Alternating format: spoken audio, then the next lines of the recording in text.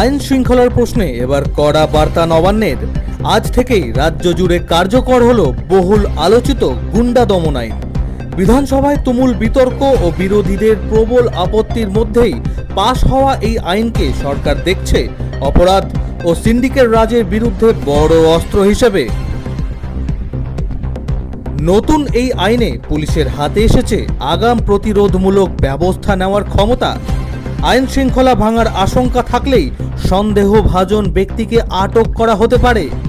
পাশাপাশি সরকারি বা বেসরকারি সম্পত্তি ভাঙচুরের ক্ষেত্রে অভিযোগের কাছ থেকেই ক্ষতিপূরণ আদায় করা হতে পারে। প্রয়োজনে সম্পত্তি বাজেয়াপ্ত ও নিলামের মতো ব্যবস্থা রাখা হচ্ছে এই আইনে। তবে এই আইন ঘিরে শুরু হয়েছে রাজনৈতিক তরজা। ইতিমধ্যেই বিরোধীদের অভিযোগ প্রশাসনিক ক্ষমতার অপব্যবহারের আশঙ্কা থেকেই যাচ্ছে এবং গণতান্ত্রিক আন্দোলন দমনের হাতিয়ার হয়ে উঠতে পারে এই আইন। যদিও সরকারের দাবি সাধারণ মানুষের নিরাপত্তা নিশ্চিত করতেই এই পদক্ষেপ।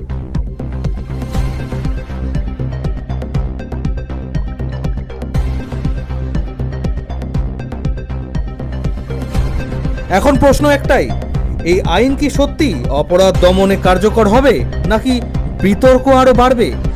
সেই উত্তরই খুঁজছে আগামী দিনের Bangla. Bureau report, Bangla news.